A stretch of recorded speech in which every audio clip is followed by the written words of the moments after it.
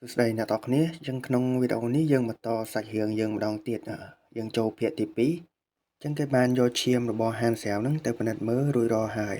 ហេឡាក៏បានមើល data ឈាមរបស់ហានសែវហ្នឹងគឺអត់ឃើញមានអីចម្លែកកើតឡើងទេហើយ Lin Wei-shen ក៏បាននិយាយថា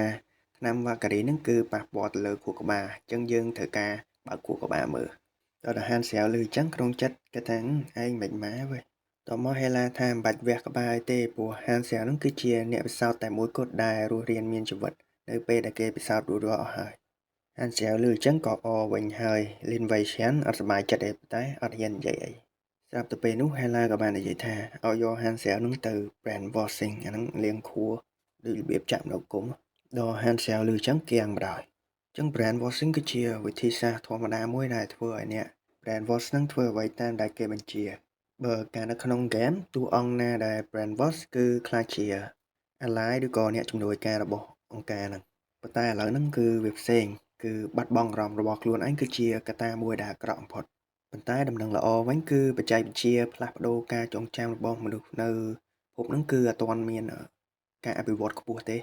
ដូច្នេះហើយអង្គការមួយនឹងប្រើវិធីសាស្ត្រផ្សេងហើយតួអង្គណាដែលមានបន្ទុក10នៅលើ intelligence គឺ immune ទៅលើវិធីសាស្ត្រហ្នឹងជាងថ្នាំវ៉ាការីបានឲ្យហានសែវមកបន្ទុកទៅសមត្ថភាពក្នុងការលូតលាស់នៃ endurance ឬក៏ហៅភាពធន់ហ្នឹងជាងសមត្ថភាពក្នុងការលូតលាស់គឺជាសមត្ថភាពមួយដែលជួយបង្កើនការលូតលាស់របស់ stat ដូចជា intelligence ឬក៏ endurance អីហ្នឹងហើយជាតិផ្សេងៗគ្នាមានសមត្ថភាពក្នុងការលូតលាស់ផ្សេងៗគ្នាហើយក្នុងពិភពរបស់ Galaxy ហ្នឹងជាតិសាសន៍មនុស្សគឺមានសមត្ថភាពលូតលាស់អត់សាហាវទេប៉ុន្តែភាពវៃឆ្លាតរបស់មនុស្សគឺខ្ពស់ហើយ health ឬក៏ឈាមរបស់ជាតិសាសន៍មនុស្សហ្នឹងគឺមានតិចមែនតើអញ្ចឹងហានសែវបានមកបន្ទុកទៅ endurance ហ្នឹងគឺល្អមែនតើហើយ ability concentration ដែលហានសែវបានមុនហ្នឹងគឺឲ្យកំណើន 10% នៅពេលដែលហានសែវ craft ឬក៏បង្កើតរបស់អ្វីមួយហើយ ability ដែលហានសែវបានមួយទៀតហ្នឹងគឺ low level willpower ដែលឲ្យ3បន្ទុកទៅ intelligence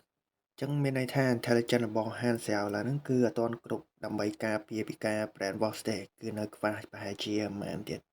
ស្រាប់តែពេលហ្នឹងហេឡាក៏បានបញ្ជាឲ្យកូនចៅហ្នឹងយកហានសែវទៅបន្ទប់មួយទៀតពេលហានសែវដល់បន្ទប់ហ្នឹងក៏ឃើញមានទូដាក់សភៅនៅលើហ្នឹងហើយមានសភៅប្រមាណក្បាលនៅលើហ្នឹងដែរសភៅនៅលើហ្នឹងមានចំណងជើងដូចជាការចាប់ផ្ដើមនៃម៉ាស៊ីនសរសេរដោយថម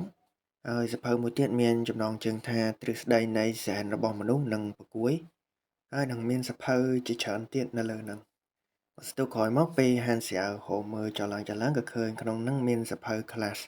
បាទអ្នកទាំងអស់គ្នាដឹងទេ class នៅក្នុង game គឺចំការមានជា class tank ឬក៏ archer អ្នកបាញ់ព្រួញឬក៏អ្នកកាប់ដាវអីចឹងទៅអញ្ចឹង class មានច្រើនទៅតាម game ដែលគេដាក់មកពេលហានសែវក៏អានសភៅហ្នឹង security ពីរនាក់ក៏លើកកាភ្លើងភ្ជង់ទៅហានសែវហើយក្នុងចិត្តរបស់ហានសែវគឺបន់ស្រន់អស់ហើយថាកុំបាញ់អីខ្ញុំគឺជាអ្នកដែលគេពិសោធន៍ដ៏មានតម្លៃស្រាប់តែពេលហ្នឹងលេនវៃសៀនក៏បានស្រែកថាមិនបាច់បាញ់ទេចង់មើលហានសែវសិនថាហានសែវធ្វើអីហើយ security ពីរហ្នឹងក៏បានតម្លាក់កាភ្លើងចោលវិញហើយហានសែវឃើញចឹងធូរវិញហានសែវក៏បានយកសភៅមុននឹងមកមើលដែលមានចំណងជើងថាការចាប់ផ្ដើមនៃម៉ាស៊ីនសរសេរដោយថមពេលហានសែវអានបានប្រហែលជា20វិនាទីផ្ទាំង interface ហ្នឹងក៏លោតមកចឹងផ្ទាំង interface ហ្នឹងគេបានដាក់ថាអានេះជាអង់គ្លេសតែខ្ញុំបកជាខ្មែរឲ្យអ្នកបានបញ្ចប់វគ្គមួយនៃការសិក្សាដោយខ្លួនឯងអំពីចំណេះដឹងមូលដ្ឋាននៃផ្នែកម៉ាស៊ីនហើយក្រុមហ្នឹងទៀតគេដាក់ថា basic assembly បានកើនឡើង2%ឯកទៅលើ intelligence របស់អ្នកហើយបូក0.2%ពី ability concentration ពេលហានសែវឃើញផ្ទាំងលោតមកចឹងគឺសប្បាយចិត្តណាស់ទោះបីជាហានសែវមើលសភៅនឹងអត់យល់ដោយខ្លួនឯងប៉ុន្តែហានសែវមាន system ជួយមើលចឹង system ហ្នឹងគឺជួយបញ្ចូលចំណេះដឹងទៅខួរក្បាលរបស់ហានសែវតែម្ដងលៀនវៃស្រានឃើញចឹងក៏ឆ្ងល់ប៉ុន្តែអត់ធ្វើអីហានសែវទេទុកឲ្យហានសែវមើលទៀតចឹងអាផ្ទាំងខៀវៗហ្នឹងក៏លោតមករហូតហើយ basic assembly ក៏កើនភាគរយឡើងបន្តិចម្ដងនៅពេលដែលហានសែវកំពុងអានហ្នឹងហានសែវក៏បានចាប់ផ្ដើមអានលឿនទៅព្រោះដឹងខ្លួនឯងថាអត់មានពេលយូរឯប្រហែលតិចទៀតគេឈប់ឲ្យអានពេលហេឡាដើរចូលបន្ទប់ឃើញហានសែវកំពុងអានហ្នឹងក៏ឆ្ងល់ហើយក៏បានសួរទៅលៀនវៃស្រានថាកើតអីហើយលៀនវៃស្រានក៏បានបញ្យល់អ្វីដែលកើតឡើងមុននឹងទៅកាន់ហេឡាហើយហេឡាក៏បាននិយាយទៅវិញថា ចឹងមានន័យថាសមត្ថភាពរៀនសូត្ររបស់ហានសែលគឺបានកើនឡើងហើយ Lin Wei Shen ក៏បាននិយាយវិញថានេះគ្រាន់តែជាការសន្និដ្ឋានរបស់ខ្ញុំទេតែបើអ្នកឲ្យខ្ញុំបើកក្បាលហានសែលមើលខ្ញុំនឹងមានចម្លើយមួយដ៏ច្បាស់ដល់ហានសែលឮចឹងចង់ញាក់ហើយគិតក្នុងចិត្តថាបែបនេះស្រឡាញ់តែក្បាលមួយសន្ទុះក្រោយមក Hela ក៏បានសួរទៅ Lin Wei Shen ថាឧបករណ៍ Brand Watch គឺរួចរាល់ហើយឬនៅ Lin Wei Shen ក៏បានឆ្លើយថារួចរាល់អស់ហើយនៅតែចាំបញ្ជារបស់ Hela ដល់តាហានសែលឮចឹងក្នុងចិត្តគិតថាអានលឿនផុតម៉ោងឡើយវើយស្រាប់តែពេលហ្នឹងអាផ្ទាំងខៀវហ្នឹងក៏លោតមកទៀតចឹង Basic Assembly នេះគឺឡើង100%ហើយ90%បូក10%ហើយក្រុមហ្នឹងគេបានដាក់ថាអ្នកបានសិក្សាចំណេះដឹងមូលដ្ឋានរបស់ម៉ាស៊ីនហើយបាន unlock ទេពកោសល្យរបស់ mechanic ហើយក្រុមហ្នឹងទីគេដាក់ថាអ្នកបាន unlock មុខរបរថ្មីហើយមុខរបរហ្នឹងគឺជា mechanic novice ចឹង mechanic គឺជាអ្នកជួសជុលបកប្រែខ្មែរទៅអ្នកជួសជុលម៉ាស៊ីនអីមួយហើយSTR នេះគឺ strength បូក1កម្លាំងហ្នឹងអានេះ intelligent INT នេះបូក1ដែរហើយ endurance គឺបានមកបន្ទុដែរនេះ END នេះហើយក្រុមនឹងទៀតក៏បានដាក់ថាអ្នកបានពីបន្ទុទៀតដើម្បីដាក់ចូល stat ណាមួយហើយ potential បន្ទុនេះនឹងអត់ដឹងឯគេដែរហើយបាន skill 3ទៀតនៅក្រុមនេះគឺ mechanic novice affinity basic maintenance ជាមួយនឹង basic enhancement ពេលផ្ទាំងនឹងលោតមកហើយ Hansel ក៏បានឃើញថាគាត់ឥឡូវហ្នឹងគាត់មើលសភៅនឹងយល់ទាំងអស់ Hansel ក៏បានគិតក្នុងចិត្តថាអញ្ចឹងខ្ញុំអាចទទួលចំណេះដឹងពិតអំពី game ហើយផ្ទាំងតួអង្គ interface របស់ Hansel ហ្នឹងក៏បាន update ដែរអញ្ចឹង Hansel ឥឡូវហ្នឹងគឺ level 2ហើយខ្លះរបស់គាត់គឺ mechanic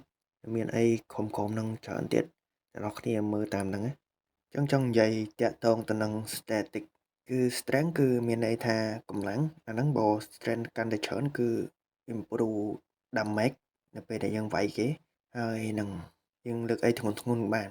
ហើយរបស់ខ្លះពាក់ធ្ងន់គឺយើងត្រូវការ strength ហ្នឹងដែរហើយ stat មួយទៀតគឺ dexterity ដែលវាកាត់ DX អញ្ចឹងអាហ្នឹងគឺបង្កើនល្បឿនរត់ឬក៏ល្បឿនវាយហ្នឹងមួយទៀតគឺ endurance អាហ្នឹងភាពធន់អញ្ចឹងអាហ្នឹងគឺដំឡើងឈាមនិង stamina អញ្ចឹងមកបន្ទុកក្នុង endurance គឺបានឈាម10និង stamina 10អញ្ចឹងបើយើងធ្វើអីមួយយើងត្រូវការ stamina យើងទោះបីជាវាយគេឬក៏ដើររត់ឬក៏ហែលទឹកអីចឹងទៅអញ្ចឹង stamina មកនិយាយជាខ្មែរទៅគឺជាសមត្ថភាពធន់ទ្រាំមួយ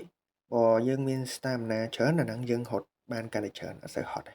ហើយ stat មួយទៀតគឺ intelligent អាហ្នឹងគឺជាបញ្ញាឬក៏ភាពវៃឆ្លាតអញ្ចឹងតួអង្គណាដែលមាន intelligent ខ្ពស់គឺមានន័យថាពួកគេអាចរៀនសូត្របានលឿនឬក៏អាចរៀន skill អីមួយបានលឿនអញ្ចឹងទៅចំពោះ stat mystery គឺអានឹងតាក់ទងទៅនឹងធម៌ពលឬក៏ magic ហើយ stat មួយទៀតគឺ charm មានន័យថាសម្រស់អញ្ចឹងបើតួអង្គណាមាន charm ខ្ពស់គឺងាយស្រួលមានទំនាក់ទំនងល្អជាមួយ NPC ឬក៏អង្គការណាមួយអញ្ចឹងទៅហើយ stat ចុងក្រោយហ្នឹងគឺ luck មានន័យថាសំណាងអញ្ចឹងបើតួអង្គណាមាន luck ខ្ពស់នៅពេលដែលធ្វើ quest ឬក៏វាយ monster ហ្នឹងរបស់ល្អគឺអាចធ្លាក់មកអញ្ចឹងតួអង្គក្នុង Galaxy ហ្នឹងគេមាន grade ដែរគឺមាន A B C D E ដែលគេវាស់ដោយ energy គេហៅថា Ona អញ្ចឹង E grade super human គឺមាន100 Ona ដូច Hela ឥឡូវហ្នឹងគឺជា E grade super human ចំពោះតួអង្គណាដែលមាន grade A គឺសាហាវមែនទែនគឺអាចកំទេចភពឲ្យខ្ទេចដោយខ្លួនឯងបានប៉ុន្តែ Hansel ធ្លាប់លេង game គឺគាត់ដឹងថា grade A មិនមែនជា grade ចុងបញ្ចប់ទេគឺមាន grade លើនឹងទៀតព្រោះ Hansel ការលេង game មុនគឺដល់ grade លើនឹងប៉ុន្តែកាលពីមុនផ្សេងឥឡូវផ្សេងអញ្ចឹងមិននឹងបានពីបន្ទុដើម្បីដាក់ចូល stat អញ្ចឹងមានន័យថាគាត់ខ្វះ intelligent ទៀតដើម្បីការពារពី brand wash Hansel ក៏គិតក្នុងចិត្តថាក្រៅពី level up មានអីទៀតអត់ដើម្បីបានបន្ទុហ្នឹងពេលគិតភ្លាមហ្នឹងគាត់ក៏បានមានកំណត់មួយ Hansel ក៏បោះសភៅហ្នឹងទៅគៀនហើយក៏មើលទៅកាន់កាភ្លើងនៅចង្កេះរបស់ security ហើយទឹកមុខរបស់គាត់គឺមាំមិនមានអីទាំងអស់ហេឡាឃើញអញ្ចឹងក៏ជួញចើមប៉ុន្តែអត់ថាអីទេហើយអ្នកទាំងអស់គ្នាដែរនៅហ្នឹងក៏ចង់ដឹងថា Hansel ចង់ធ្វើអី Hansel ក៏បានដើរយឺតទៅកាន់ security ហើយលាដៃទៅកាន់កាភ្លើងដើម្បីយក តែពេលហ្នឹង Hela ក៏បានបញ្ជាឲ្យ security ហ្នឹងឲ្យកាភ្លើងទៅ Han Xiao ទៅព្រោះ Hela ចង់ដឹងថា Han Xiao យកកាភ្លើងហ្នឹងចង់ធ្វើអីគេនៅពេលដែល Han Xiao បានកាន់កាភ្លើងរួចរាល់ទាំងខៀវៗហ្នឹងក៏បានលោតមកទៀត